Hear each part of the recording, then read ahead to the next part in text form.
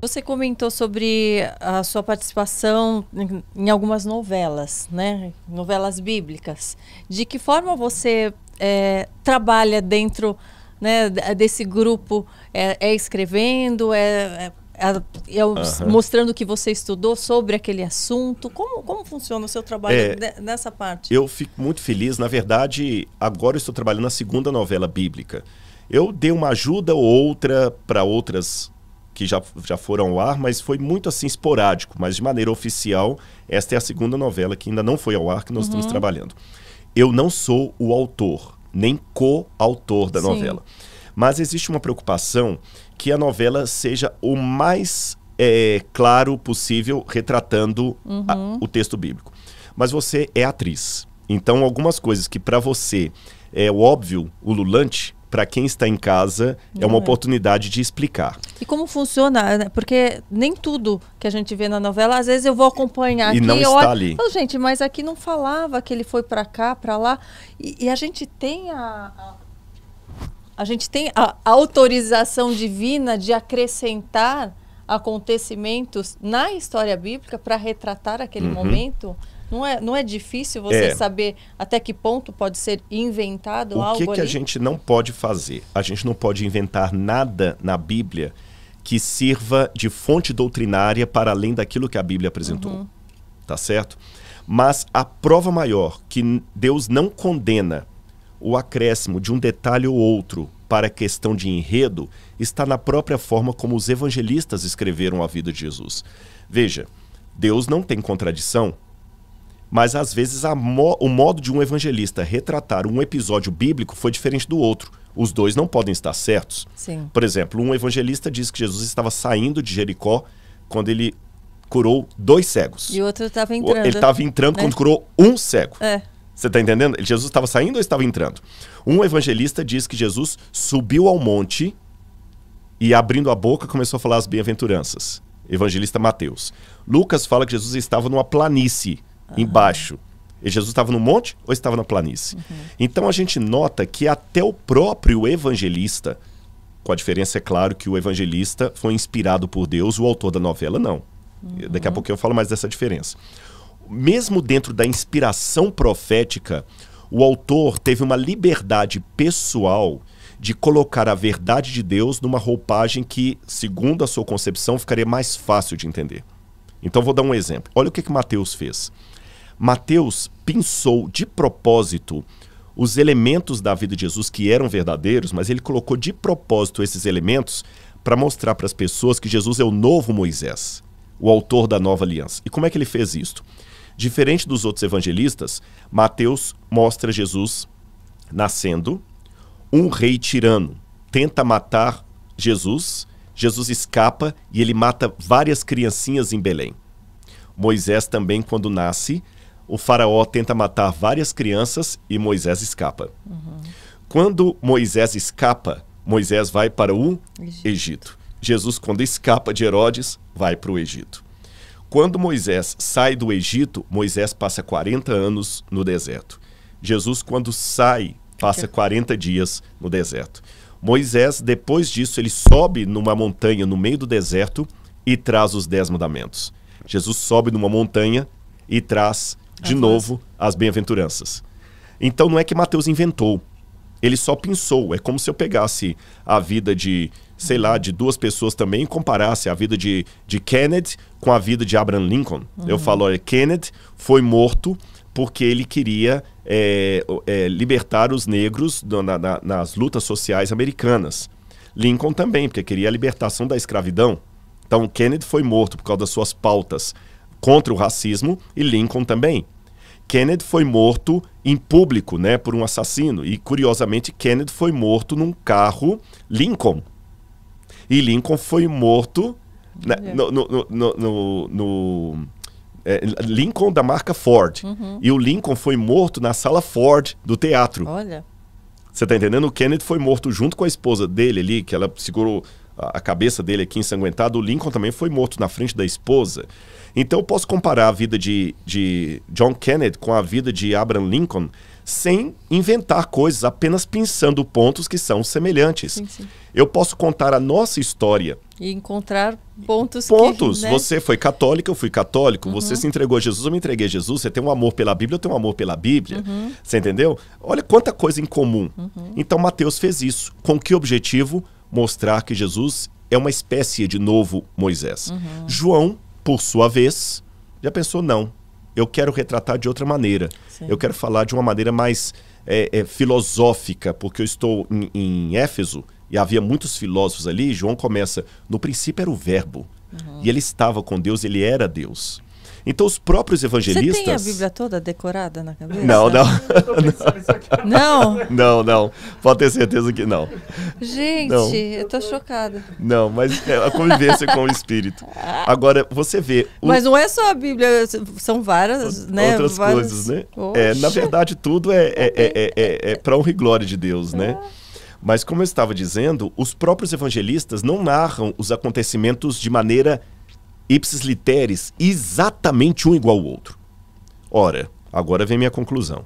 Se eles têm essa liberdade e eles eram inspirados por Deus, por que alguém não pode ter a mesma liberdade hoje de, com critérios, vou deixar isso bem claro, com critérios, também colocar a coisa de uma maneira mais clara. As professoras fazem isso na escola dominical das igrejas. Elas viram para as crianças, vão contar a história de Davi. Então chegou o gigante Golias e falou, Davi, seu pequenino. E Davi falou, não tenho medo de você, seu grandão. Eu contei esses dias, eu gravei até contando pro meu filho, vendo? Do meu jeito. Do seu jeito. Com palavras que ele iria entender. Exatamente. Será que você estaria pecando contra a palavra de Deus? Não, você só colocou a Bíblia de uma forma que o Henrico pôde entender a mensagem.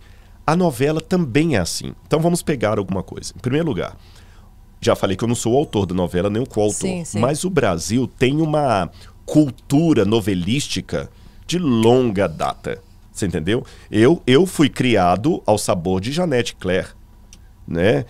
Desse pessoal todo. Quem não lembra os personagens do passado? De Roque Santeiro. Roque Santeiro. Já pensou? Viúva Porcina, né? E os chavões, né? E o da minha filha, que até hoje, coisas de 20 anos atrás, ainda estão com a né? Tô certo ou tô errado? Tô certo ou tô errado, né? Aquela coisa toda. Então, peraí. Vamos fazer do coco uma cocada? Já que o pessoal gosta tanto de novela, e a novela tem algumas coisas perigosas, porque muitas vezes a novela, ela atrai para é aquela velha pergunta que você deve ter se feito muitas vezes. É a arte que imita a vida ou a vida que imita a arte? Eu não sei, mas uma influencia a outra. Porque ao mesmo tempo que a TV dá algo que o público quer, hoje, por exemplo, o que o povo quer é treta.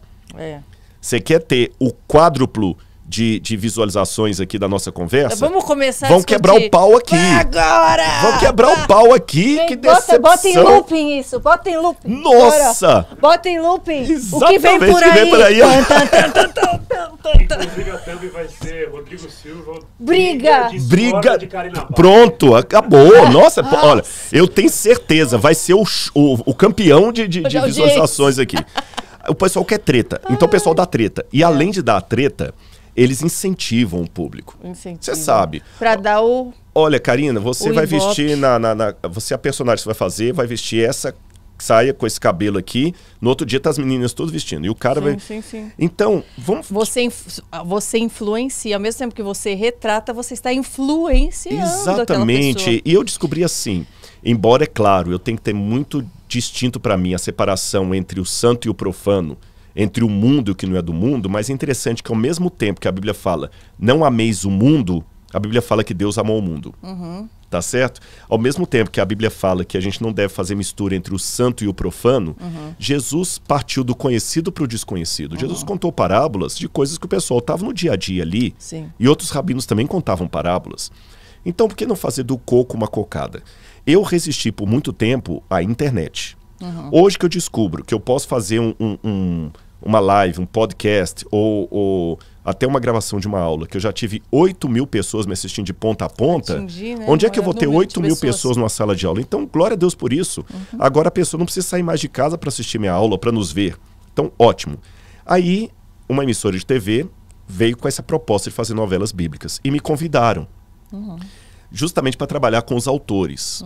Para saber onde que o autor pode dar essa linguagem que você falou aí para o público entender e onde não pode. Sim. Agora tem um detalhe, tem alguns elementos que a gente tem que levar em consideração. Em primeiro lugar, isso aqui eu estou falando quase que oficialmente, porque isto eu falei na emissora e é o pensamento da emissora. Isso aqui eu posso falar que é o pensamento oficial deles e das autoras que estão trabalhando agora. As novelas não devem substituir a leitura da Bíblia Sagrada. Não é intenção de ninguém isto.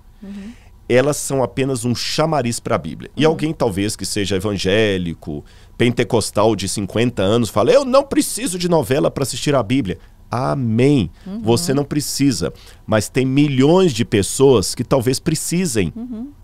Tem milhões de pessoas que precisem. Sim. E, por exemplo, quando a novela foi ao ar, não sei se posso falar o nome, né? Pode. Posso, a novela Gênesis, ela foi ao ar, eu recebi tantas coisas interessantes. Uma delas foi que uma mulher estava na porta de num ônibus, logo que a novela estreou, e tinha um bar atrás. E estavam os camaradas lá jogando sinuca, bebendo cachaça, e ela viu que eles já estavam meio bêbados. Um falando assim, rapaz, você tá vendo esse negócio dessa novela, gente? Eu tô assistindo. Rapaz, mas será que na Bíblia é assim mesmo? E ela escutando aqui, ela tava com a Bíblia para ir para a igreja, antes de fecharem as igrejas. E aí ela escutando aquela conversa, ela falou, rapaz, vamos estudar a Bíblia um dia pra gente conhecer o que tá na novela, o que não tá. Ela mandou uma mensagem nas redes sociais falando o seguinte, eu nunca podia imaginar que eu iria amanhecer na porta de um bar ouvindo dois bêbados falando de Gênesis. Sim. Numa época que Big Brother estava brigando por audiência. Sim, sim. E eles vão estudar a Bíblia. Então a irmã que já tem 50 anos de congregação na Assembleia de Deus não precisa. Mas esses bêbados lá do bar precisam. Sim. Tá certo? Outra coisa interessante, já que eu tô Daqui falando por uma a pouco atriz... eu não quero treta, mas eu tenho uma coisa para falar.